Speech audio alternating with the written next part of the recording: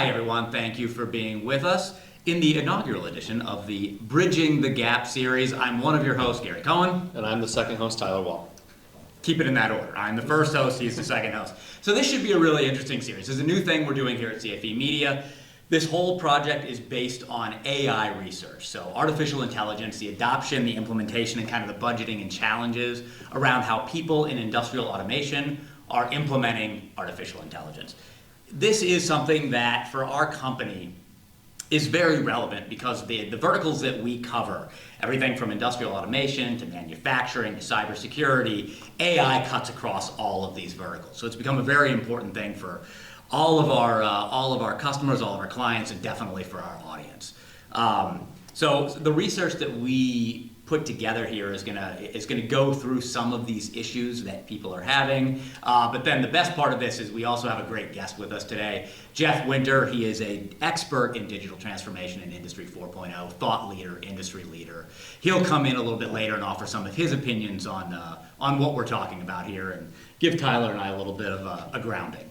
Yes, it will. And I mean, just kind of building off of that too, digital transformation, it's a very, very heavy-hitting, important topic right now within the industry.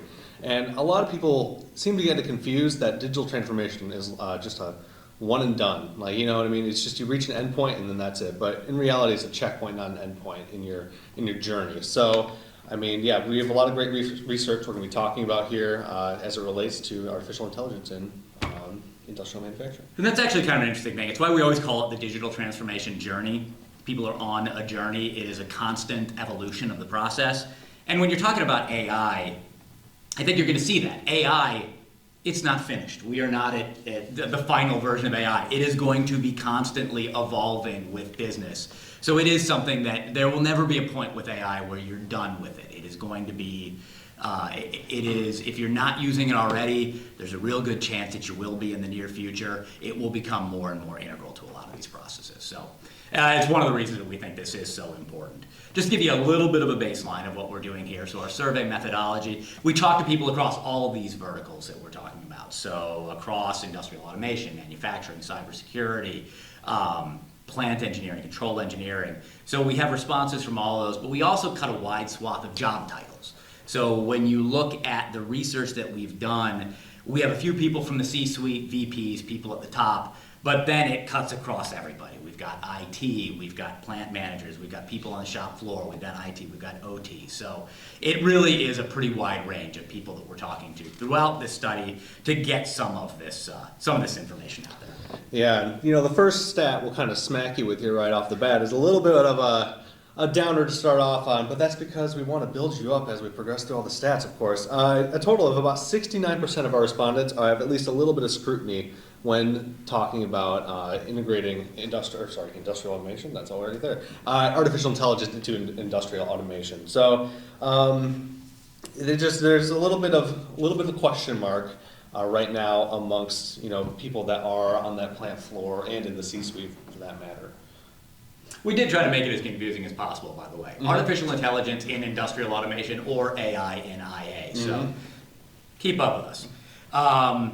But yeah, it's, as we said before, a lot of people are deciding that they do want to use AI right now, as Tyler just referenced. This number will continue to grow. It's something that we'll talk about a little bit later with Jeff Winter, our expert here. But if you're not using AI now, you probably will be in the near future. It's coming. You probably will indeed. And when we're talking about the integration of artificial intelligence, among our respondents, I mean, the big three top use cases for consideration and implementation, I mean, they're talking 72% of respondents are talking about the operational efficiency gains coming from it, 67%.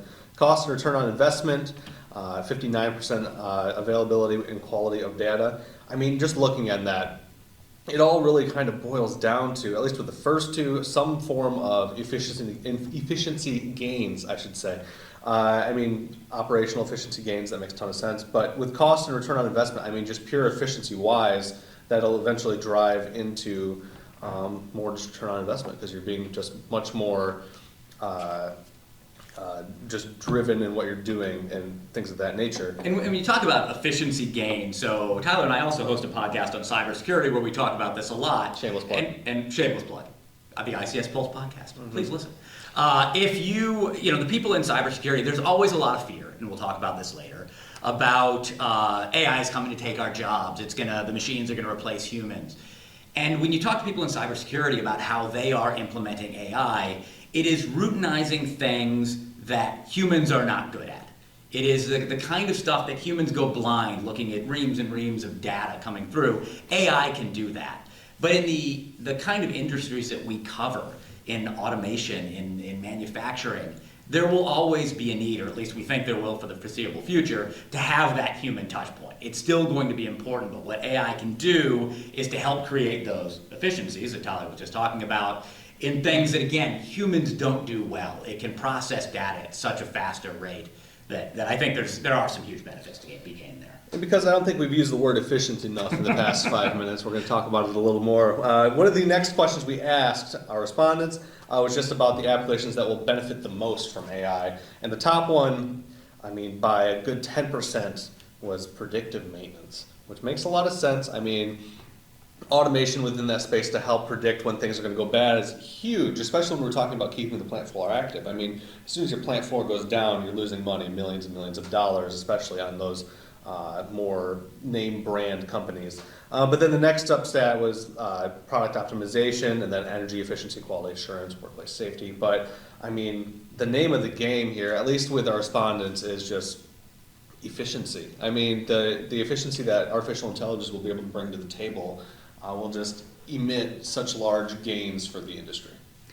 And one of the things that we mentioned earlier is, and we'll have to talk about in this, are the challenges that people are facing when they're implementing AI. Because it is new technology, and especially when you're talking about the OT side, you're talking about SCADA systems and PLCs and HMIs that have maybe been running on that plant floor for 20 or 30 years. Sometimes implementing new technology is not seamless. So we did ask in our research, we did ask about the challenges that people are experiencing. So, have you experienced any? And right now, surprisingly, 57% said yes, they are experiencing some challenges. 29% said it's not applicable. Only 14% said no, so I'm a little surprised that there were even 14% saying that they have no challenges whatsoever. Kudos. Yeah, good job, guys, if you're at 14%. Or they just have no idea what they're doing. But a large portion of are seeing some challenges.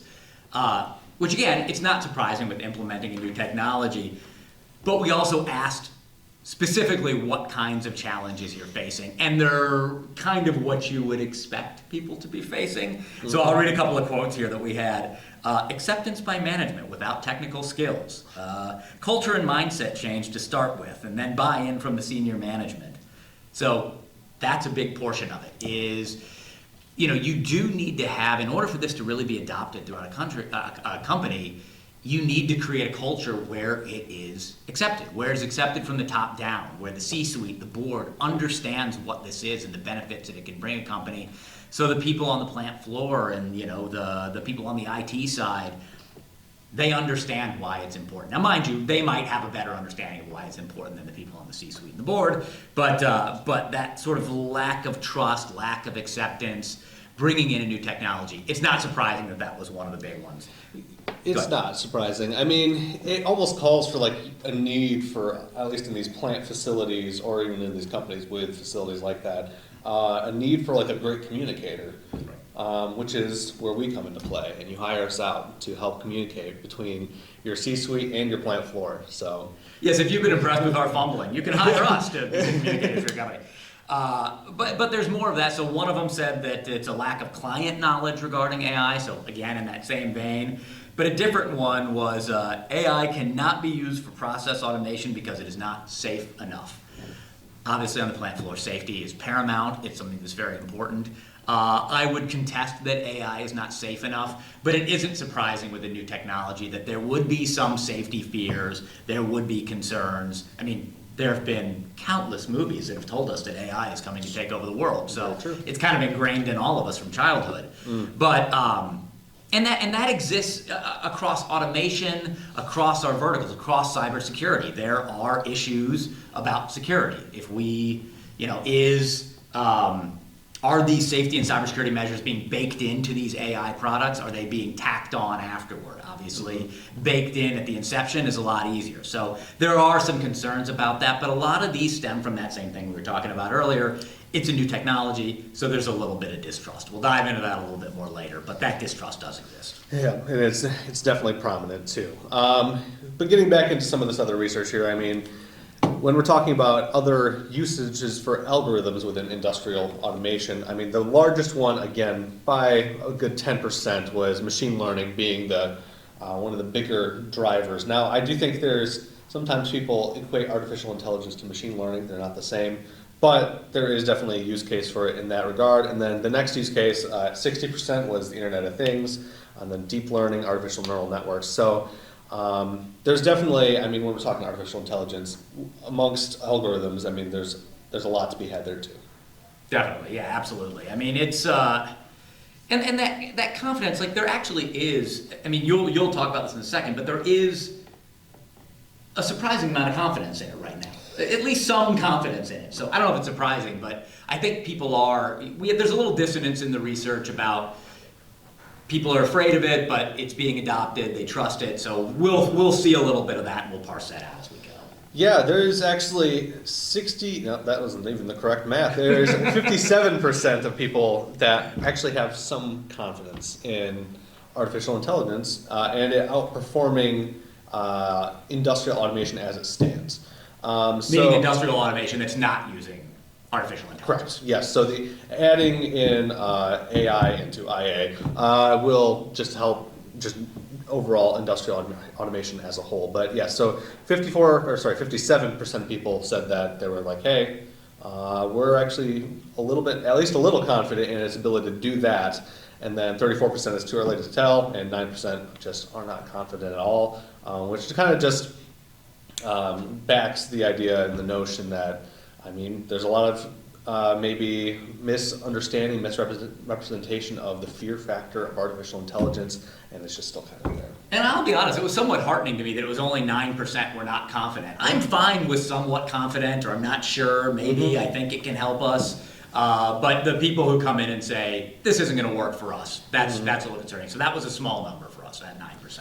Yeah, and then when we're talking about the level of trust in AI-driven automations versus us normal human beings, we were sitting at about 84% have at least an above average or moderate trust, and then people that have full trust in artificial intelligence being better than people is 8%. And then only 8% have no trust at all. So, I mean, it's good to see. Absolutely. And just to level set a little bit before we bring our guest in here. So this Bridging the Gap series that we're doing, we're going to be covering a number of topics relating to AI. This first one here, we're talking, as you've seen, about trust in AI. How people are adopting it, what the challenges are they worried about it? But we are going to also cover implementation in the near future. We're going to talk a little bit about strengths and weaknesses on future episodes. And we're going to talk about the business impact of this implementation. So we've got a lot of good stuff coming up. But the best part of this podcast, not that Tyler and I aren't great, I'm sure you're really enjoying this. That's why we're here. But we will be talking to Jeff Winter here.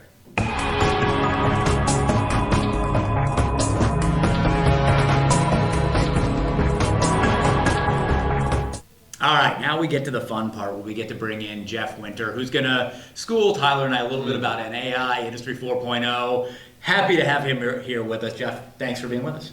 Yeah, thanks for having me on. This is exciting. This is fun to do in person. All right, so let's give the credentials before we get started. I'm going to read these so I get them right. All right, Jeff Winter is an Industry 4.0 thought leader and influencer. In fact, he's #1 in the world according to Analytica. He's been recognized 13 times as being a top leader in his field. He's amassed 80,000 followers on LinkedIn and is recognized as one of the top AI influencers. He's also known as the guy who can, which is why we have him here, take complex topics and explain them simply to a wide audience from the shop floor to the C-suite. We're somewhere in between, so he should be able to explain things to us. So that's great. Yeah, we'll talk a little bit about AI and trust in AI. This first section, we really want to cover issues about how it's being adopted. And clearly, it is being adopted all through these industries, but as we said in some of the research, there's a little distrust, there's a little bit of skepticism out there.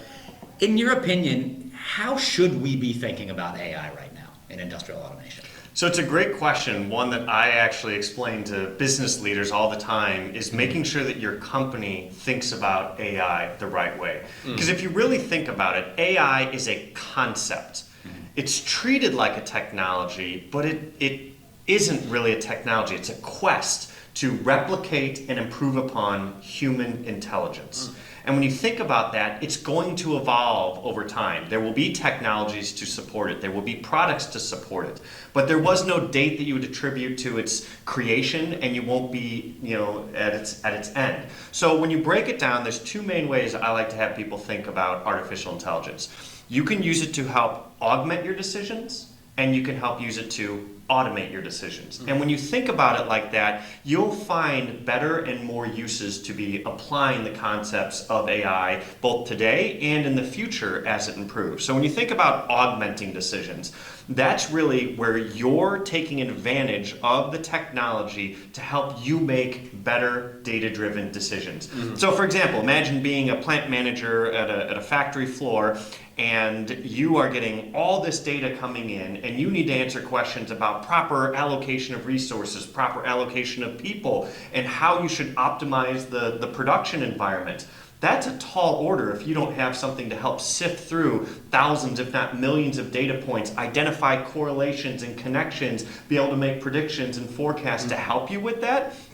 That's a difficult thing. So AI absolutely can help you augmenting your decisions. When it comes to automating decisions, AI is also good at this. So this is where you're actually handing over the control to the AI algorithms and models to make the decisions for you. Great examples of use cases of this is quality inspection. You've probably all been on shop floors where you see someone manually inspecting parts for defects over time. Not only is it tedious and repetitive, but it's also prone to error. AI is exceptionally good at that. It's more accurate and it's substantially faster. And so there are applications that you can use it to replace humans in processes because it's automating the decisions for you. Those are kind of the two big ways that I like people to think about AI. Yeah, that's a little bit about what we were talking about earlier in the intro about in cybersecurity. It's about trying to routinize things that we probably shouldn't be doing in the first place, that humans are just not good at. Yeah. Yeah, so one of the points I guess we referenced it earlier was 70% of respondents seem to think that, or are at least somewhat worried about adopting AI. Have you seen this in your own work? And I guess, why do you think that the users are so hesitant with it?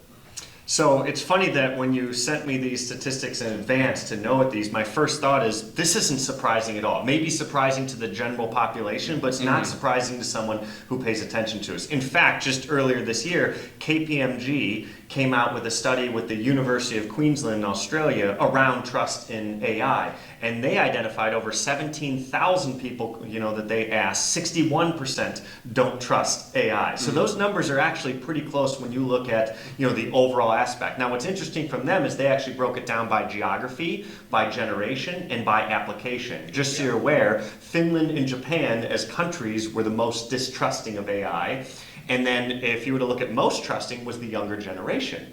And then if you look at the applications, there was a wide difference between where people trust it. For example, people trust it more with medical decisions, and they don't with HR decisions. So it depends on kind of where you're applying this. But I would say the overall distrust comes from the fact that people don't understand that this technology is inherently difficult to understand. Once again, because it's trying to replicate human intelligence, people struggle to figure out how it works and how it's going to impact them, especially because it's so ubiquitous in its application. I would say it's one of very few technologies out there that impacts every single industry, every single job function, and nearly every single role from the shop floor all the way up to the CEO. I mean, how many technologies do that?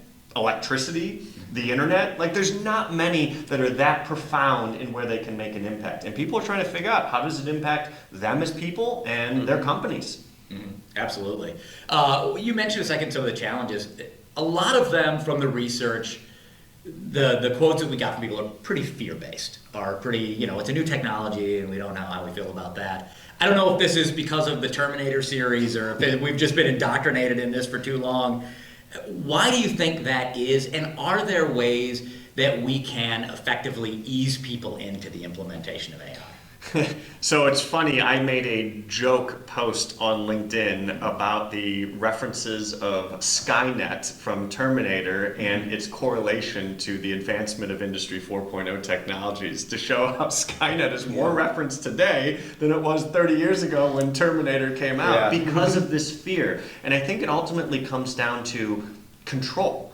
You perceive that you're handing over control, whether you are or aren't, even if you use to augment decisions and not automate them, it's control. And you're handing over to control not based off a rule-based system or logic-based system that you understand how it made the decision, you just let it make the decision. Now you're handing it over to something that you don't really necessarily understand how it made its decision. You only know what the answer is.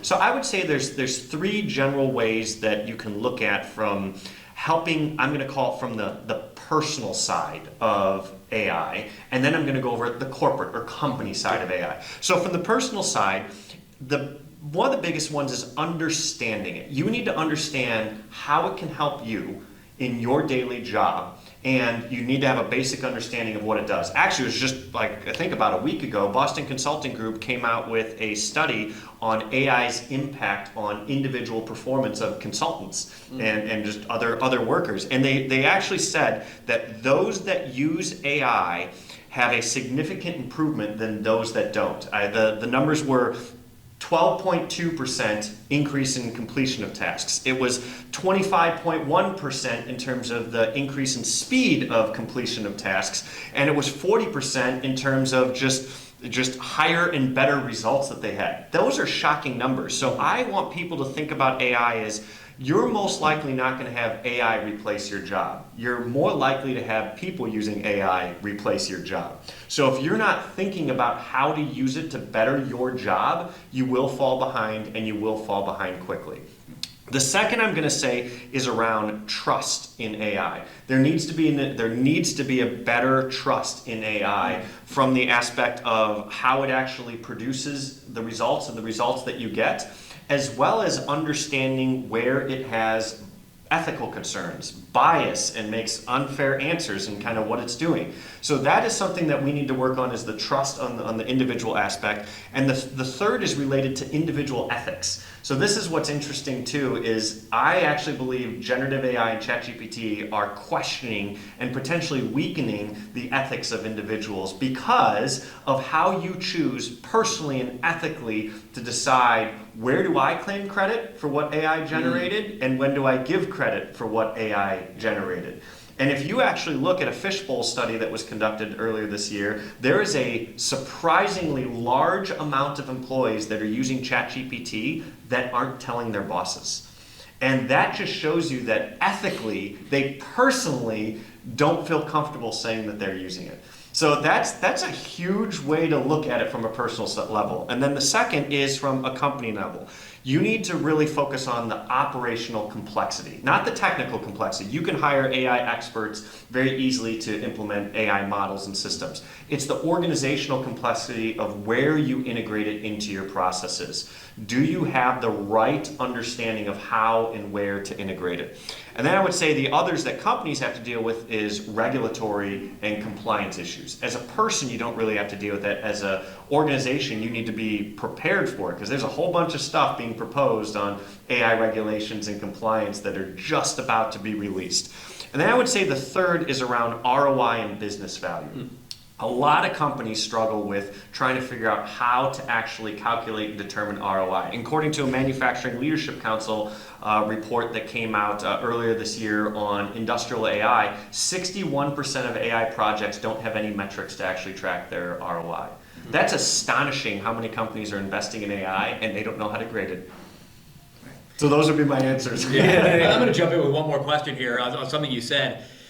So the ethical concerns that you just mentioned about people not feeling comfortable telling their employers that they're using AI. Do you think that's just about, like Tyler mentioned earlier, the communication from the top down saying, we're an organization that's okay with using AI. It's okay. You may incorporate this into your work.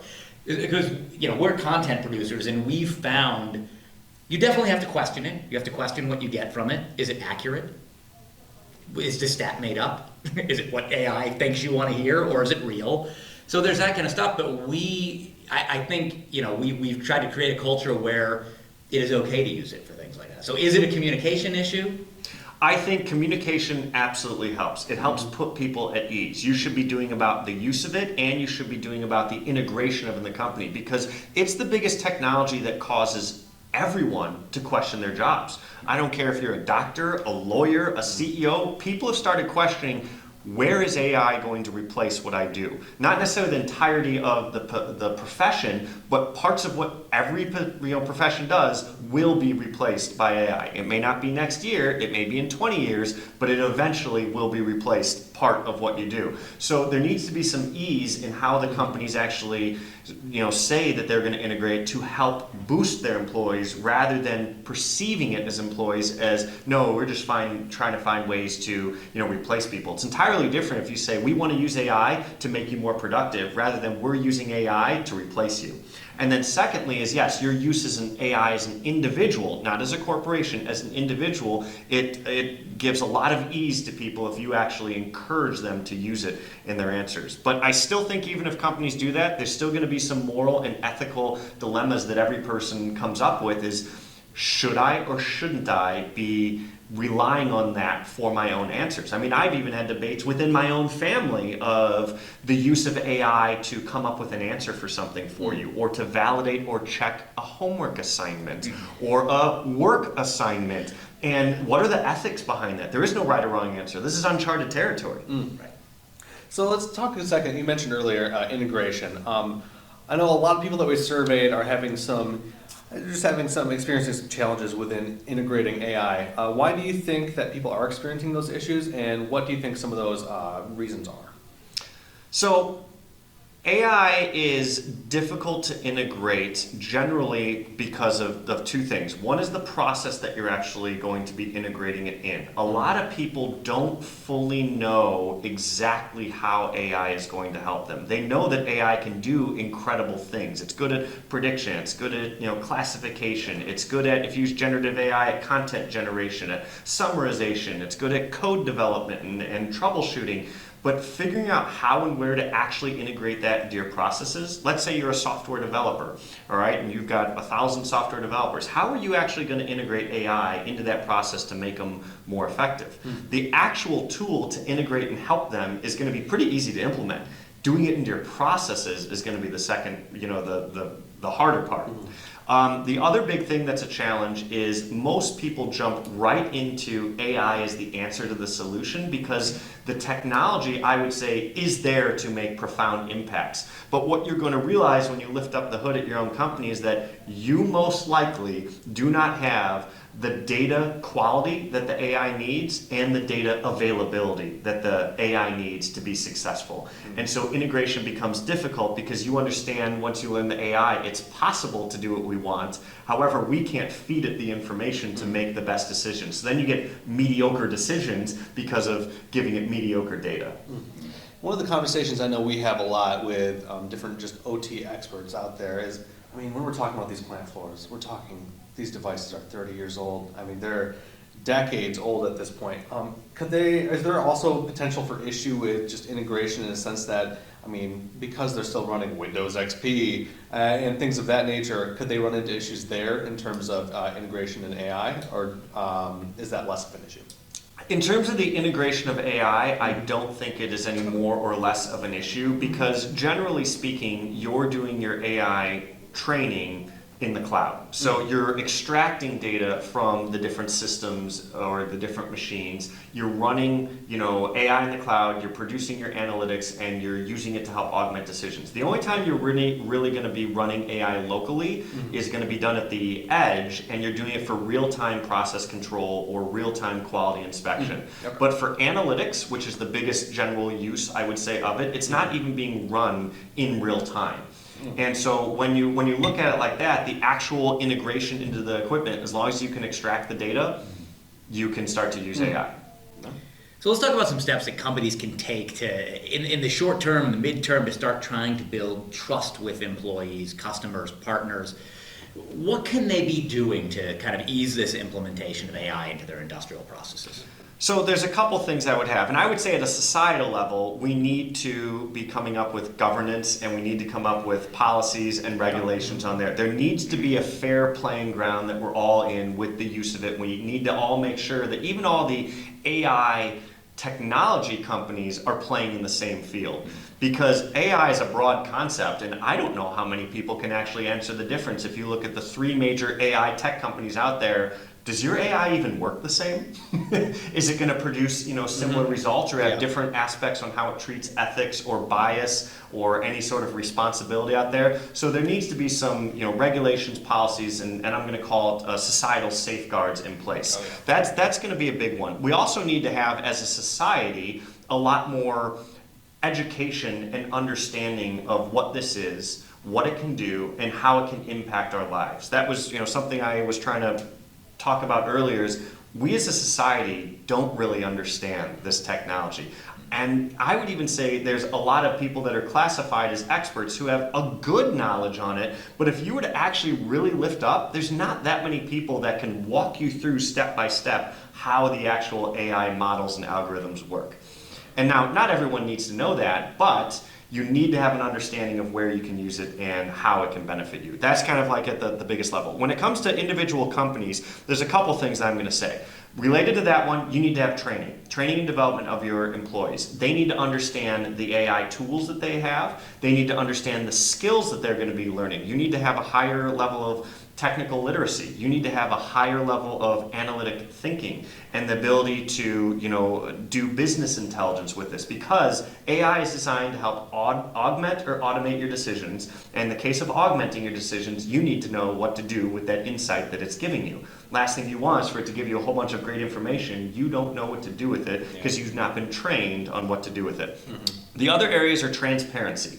So this is something I would say, at society at large, we need to have this, but it's more specific for companies to go, where you use AI, you need to make sure that your employees, and if you're using it for your customers or your suppliers, they understand how AI is making your decisions. You need to have that spelled out, you need to have it communicated, and you need to have it available, because transparency helps with explainability.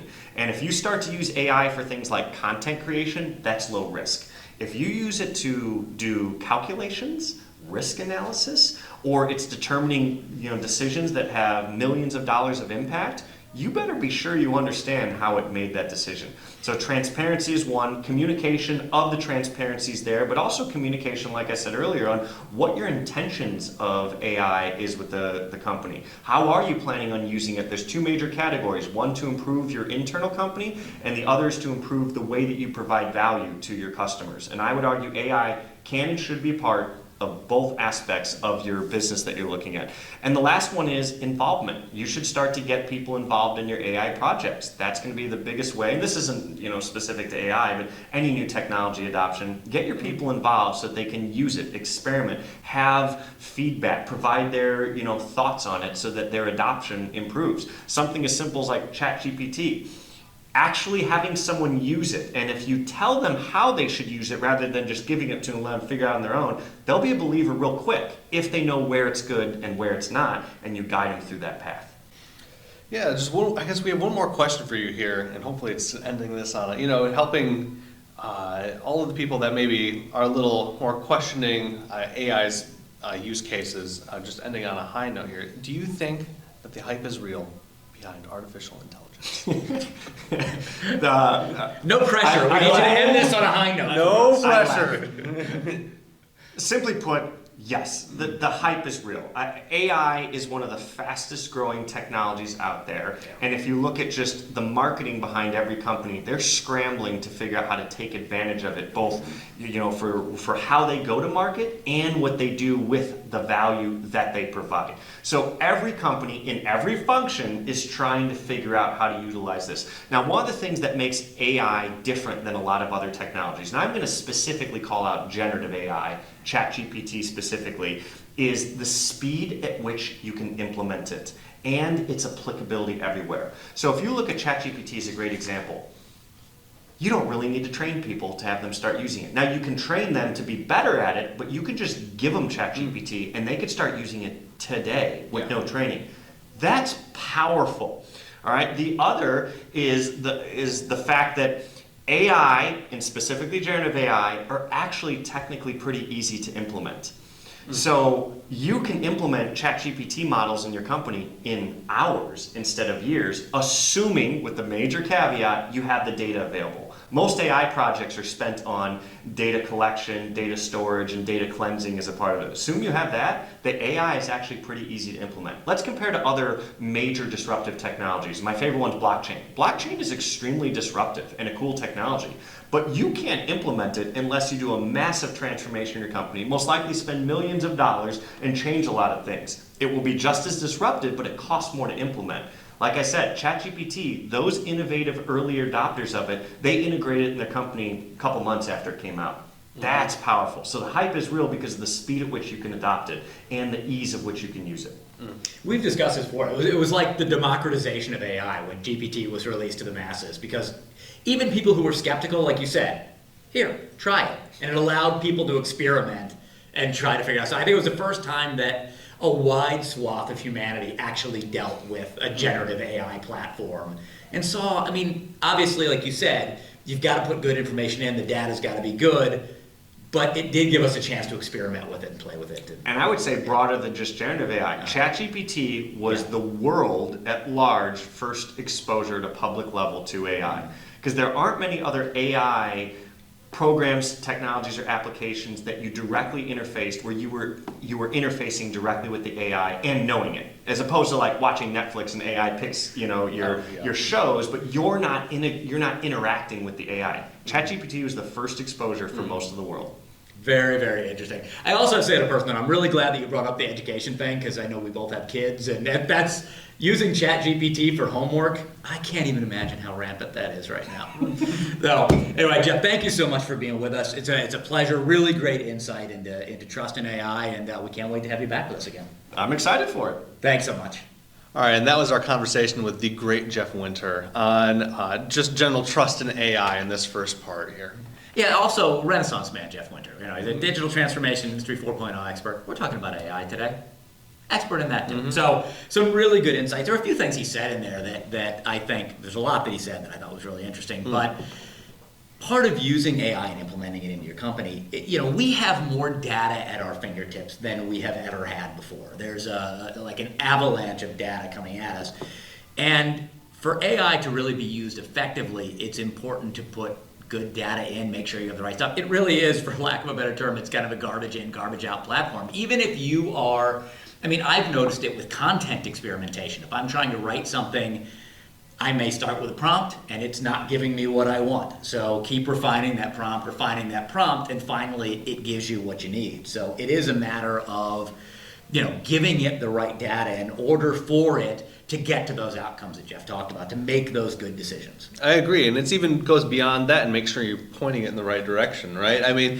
There are use cases where AI is going to be huge, and there's use cases where maybe it won't impact as much, just like in just general regular tasks. But there's certainly cases where it's going to be much more beneficial. So it's a matter of pointing that big old cannon known as artificial intelligence in the right direction.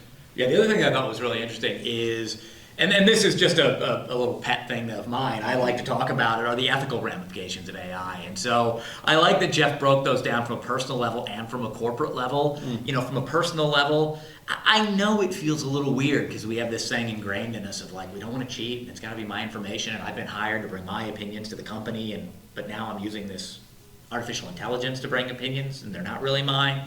I do think if you as a company, as an organization, can make it acceptable to use it, and maybe that's a training, maybe that's just bringing people in, showing them how it works, showing them how it can be used, showing them what it's good for and what it's not good for, but creating that acceptance in your organization will really go a long way to allowing people, because I know the way I use it in my life. I am a content creator, so I like doing stuff like this, like podcasts. I like doing stuff like writing. So I don't use a lot for that. I like to use my own creativity there. Do I use it occasionally? I do. But when I'm trying to come up with something, a marketing piece, if I'm trying to come up with some questions or something it's a great jumping off point for me, and I use it constantly for that. So understanding where it can fill the gaps is also important. Yeah, and I'm sure we'll see like who owns what. That will probably change in the upcoming decade as regulations come into play. These different safety guardrails in terms of what is owned by artificial intelligence, what's owned by you as the person behind the keyboard for artificial intelligence. So it'll be certainly interesting to see all of that develop and unfold here in the next couple of years. Yeah, and I think this should be a really interesting series, a Bridging the Gap series. We'll be talking about AI for a little while here. We've got some other sections. Jeff Winter, thankfully, will be back with us. So if you don't like Tyler and I, tune in for Jeff. Jeff's pretty good. But we'll be talking about things like implementation in the near future, the strengths and weaknesses, which we kind of touched upon in this episode, but we'll talk in a little bit more depth about what AI is doing well and what it's not doing well. And then we'll talk about the business impact of it, which I think is a really important indicator. So again, Jeff Winter will be our guest on many of these. We'll ask a lot of questions. So it should be interesting. Please tune back in. And if you would like to reach us personally, of course, I am not my email, but my email is twall@cfemedia.com. I am the anthropomorphized version of my email, gcohen@cfemedia.com. And you can find more great content. Either one. You can find more great content just like this, of course, at controleng.com. That is controleng.com, and also plantengineering.com, which is as it sounds. Yeah, and that's the other thing. We talked earlier about how we cut across all these verticals. Please check us out now. Lots of good content on, like Tyler said, control engineering, plant engineering, and you didn't mention industrial cybersecurity Pulse, which we both work on. And if you like hearing Tyler and I ramble, please tune into the ICS Pulse podcast. Yes, please do. And as always, I'm Tyler Wall. I'm Gary Cohen. And we'll see you next time on the Bridging the Gap series.